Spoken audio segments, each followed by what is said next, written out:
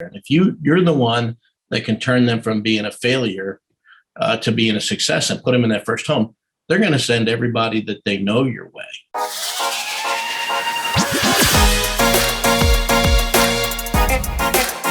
Hello and welcome to episode 35 of the Smart Agents Podcast. My name is Michael Walter and I'll be your host. Let's face it, if you've spent any time in the real estate industry, you have most definitely had clients who are not ready financially to make a purchase as large as a home. So in today's episode, we switch things up a bit and talk with St. Louis-based attorney Charlie Scanlon. Charlie has a passion for and focuses on people recovering from financial and personal hardships. Throughout our conversation, we talk about why, as a realtor, forming relationships with attorneys like Charlie and helping clients fix their finances can pay off big in the long run. Now, before we get into the day's featured interview, make sure you follow and subscribe to the show on whatever platform you listen to podcasts. You can find us on all major podcasting platforms from Apple Podcasts, Google Podcasts, Spotify, and the list goes on. Also, as you can see if you're watching this on YouTube, make sure to subscribe to the Smart Agents YouTube channel. Click the bell to get notifications when each new episode is uploaded. And lastly, if you or somebody else on your team has an awesome story to share, send us a message at feedback@smartagents.com. We're always on the lookout for new stories to share.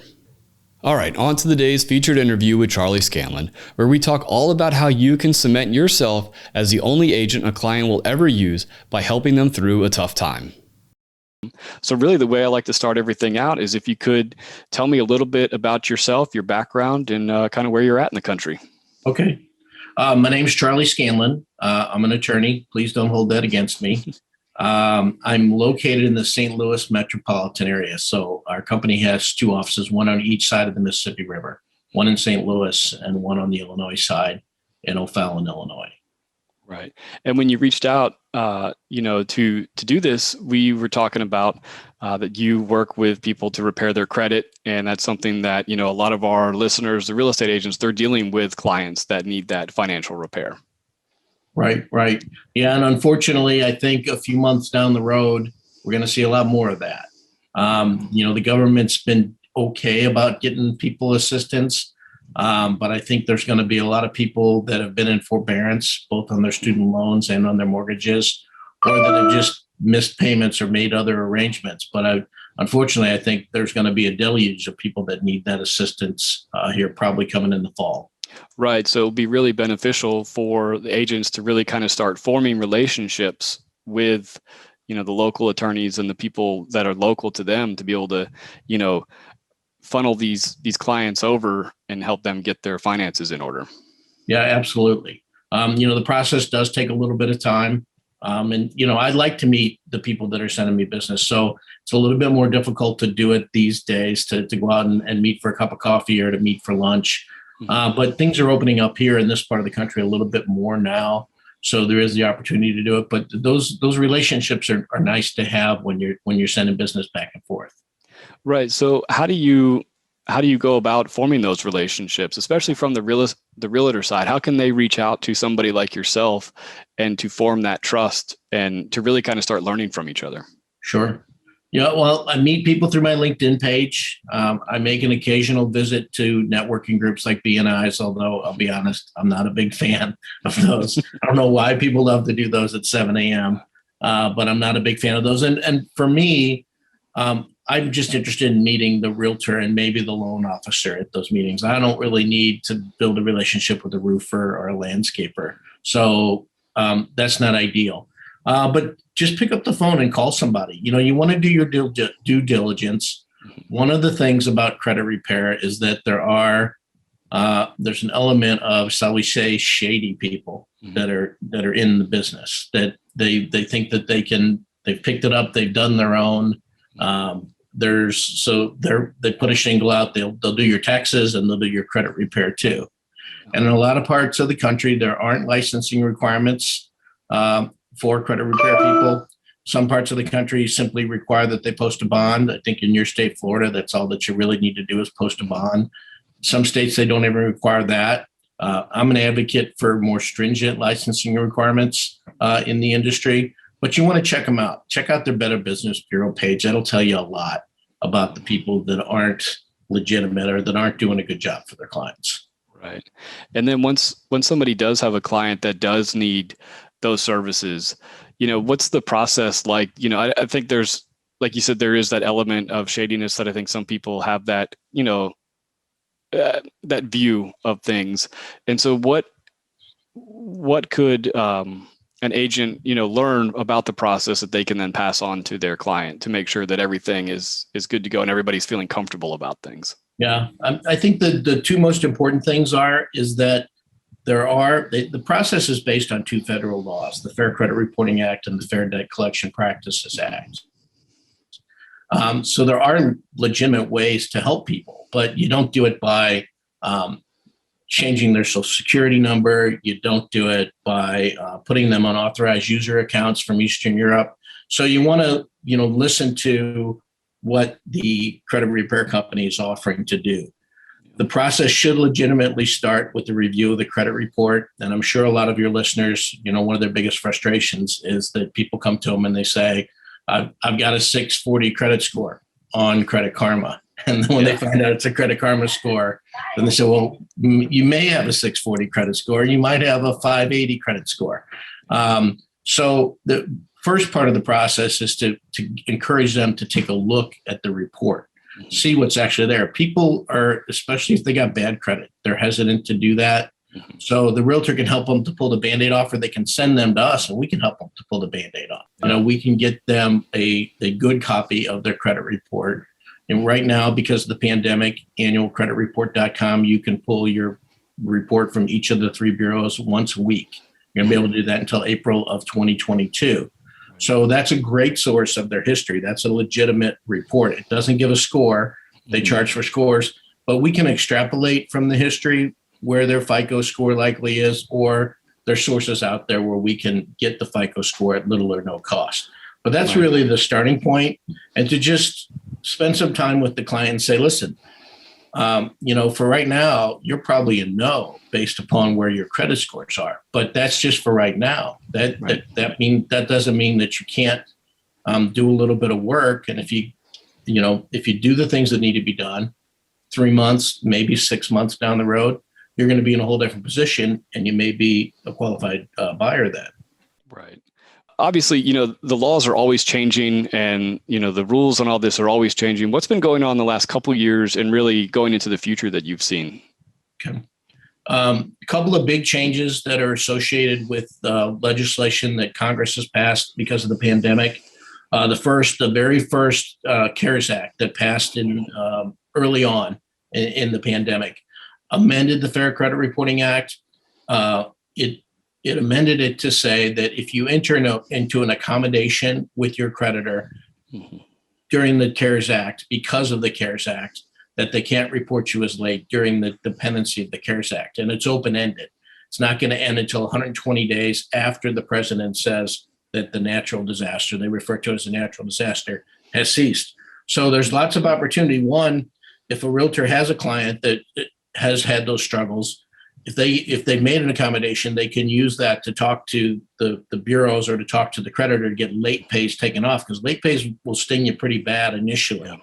The other thing is that we're teaching people that if they can get an accommodation, they can call up and say, hey, can you waive that late fee that you charged me on that late? Once they make that accommodation, you can then go back to them and ask for the late to be removed because they made the accommodation. The other big news, which is recent, was just in the most recent legislation to come out of DC, the stimulus plan, is that legislation says that any collection or charge off any debt that's settled from the end of 2020 until January 1st of 2026, typically when you settle a debt, whatever amount is you're relieved of. So if you settle a debt, a $10,000 debt for $5,000, you're supposed to get a 1099-C for $5,000, and that's taxable income to you. Right. This latest legislation says that's not going to be considered income for this time period. So people that do have collections, people that do have charge-offs, we're going to be able to make a big difference for them and to save them the tax on it, as well as to settle the account. Right. So it really does pay, to have somebody like yourself in the realtor's corner to be aware of all these changes and all these, these different programs that are available to people as they come up. Right, right. Yeah. Just because of my other job, my day job, I follow what's going on in DC, and I'm used to reading advance sheets, and I'm used to reading new legislation. I've been doing it for 30 years. So we're looking for things like that, and they can really make a difference for clients. Right. And for that agent, it's so beneficial to be able to, work with those clients. I know there's a lot of people out there that are like, you know what, I'm not even going to get involved with a client that isn't ready financially to buy. But if you're the one that is able to walk them through and link them up with somebody like yourself to get them into that home, a lot of these people, it's their first home they've ever bought. And that's a huge, life achievement. And you're going to be that realtor that helped them achieve that. And they're never going to go use somebody else. Oh, they're tremendously loyal customers.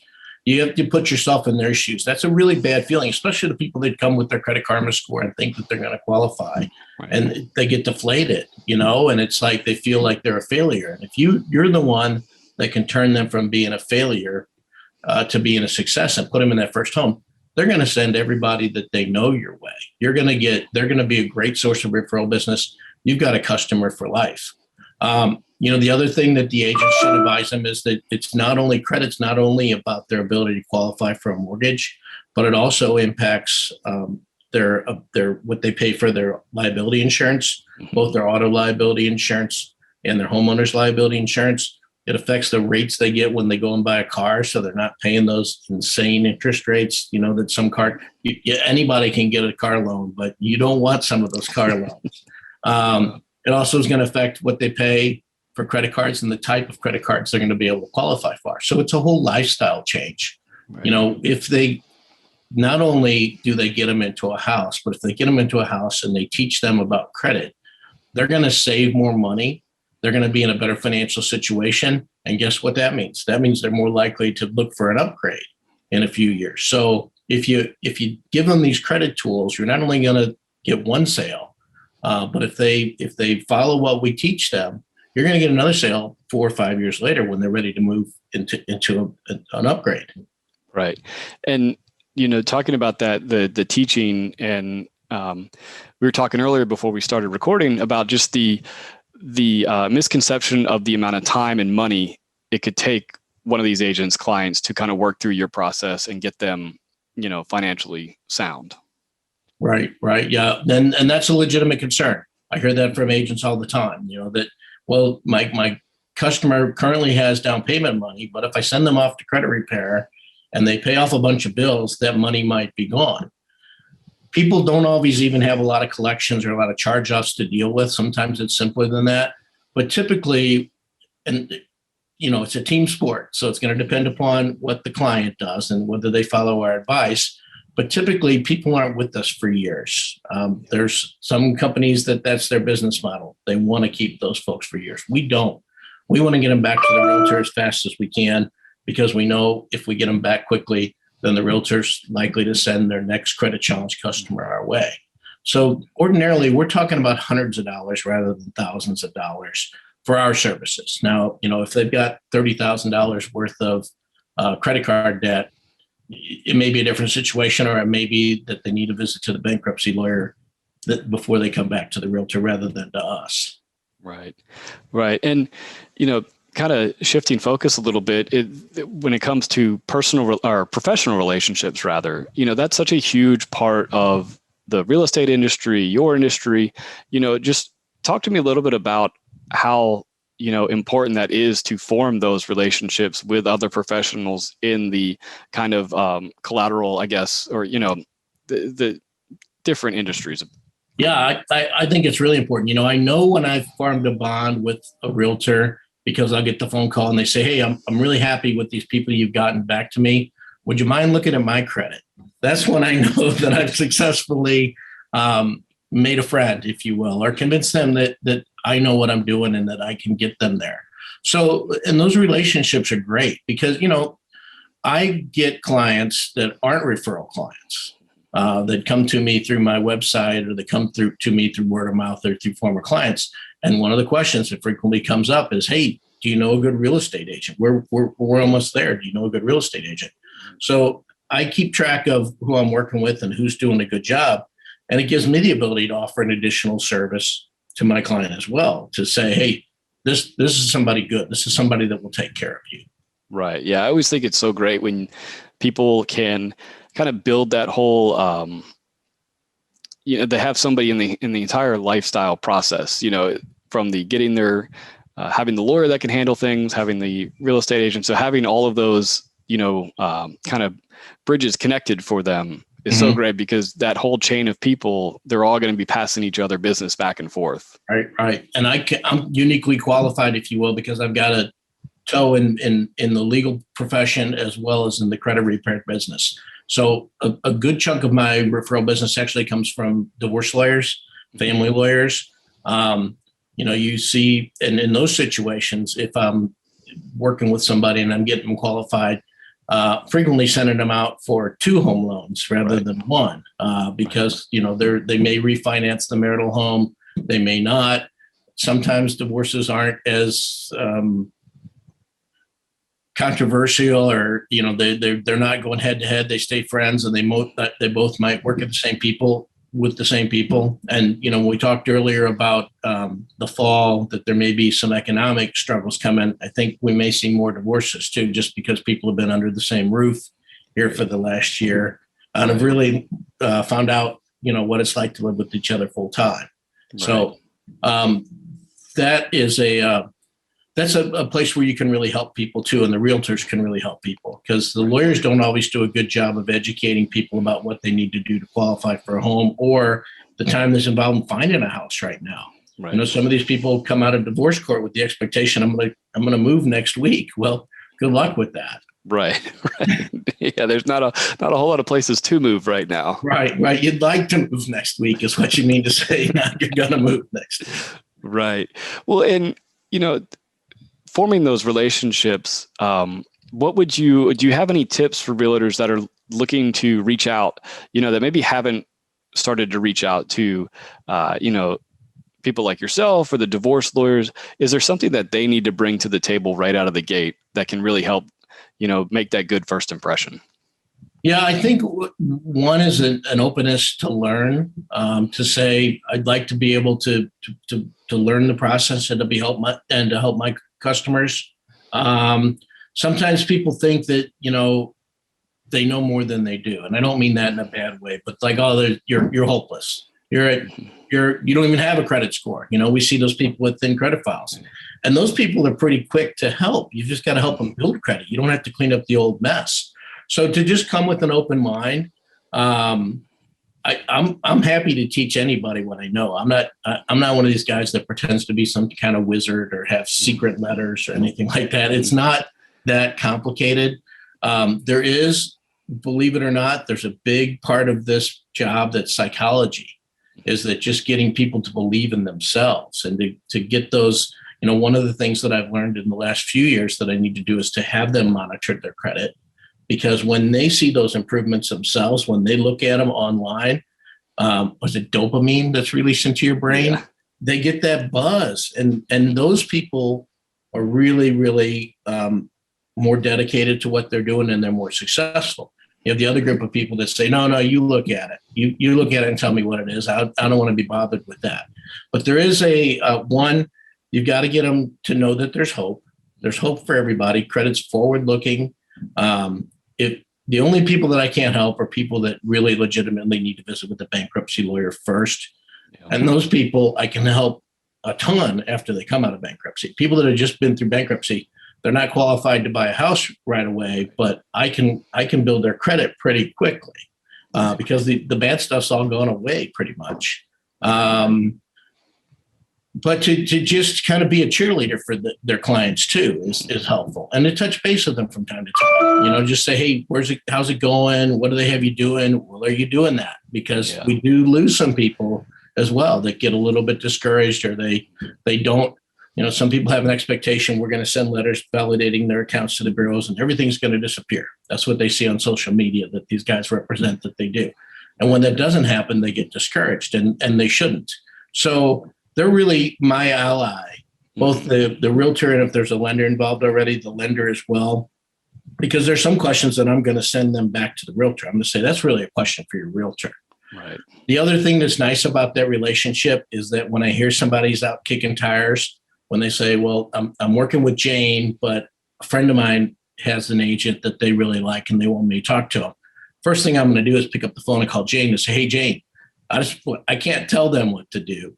I don't know what your contract is, but I just want to give you heads up that they're out kicking tires. You may want to visit with them a little bit. Yeah. So that's another, and then when the people are done, I send them back to the realtor. I send them back with rave reviews for the realtor. I'm like, the very next call you need to make, you're there, you're in good shape.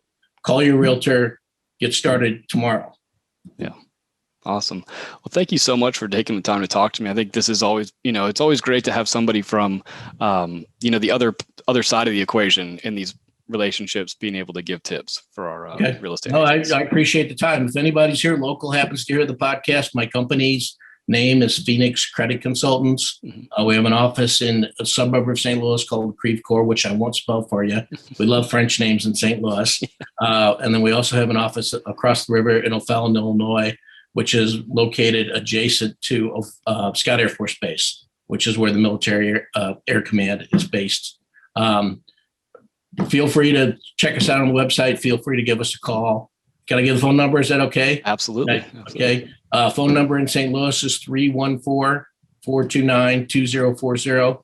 The Illinois number is area code 618-900-6880. Just if there's any agents out there that are interested in learning more, even if you're not from this area, feel free to give me a call. I'd be happy to spend some time with you, see if there's some ways that we can help to build each other's business. Awesome. Well, thank you so much. All right. Thank you. Great meeting you. I want to thank Charlie for joining us today and sharing his insight on credit repair and how you as an agent can really help your clients not only purchase the home of their dreams, but also set them up for financial success. So once again, if you think you or somebody else on your team has an awesome story or a tip to share with our community, send us a message at feedback@smartagents.com. Well, that wraps things up for this episode, but remember, follow the show wherever you listen to podcasts and make sure to subscribe to the Smart Agents YouTube channel. Again, I'm Michael Walter, and we'll see you on the next episode.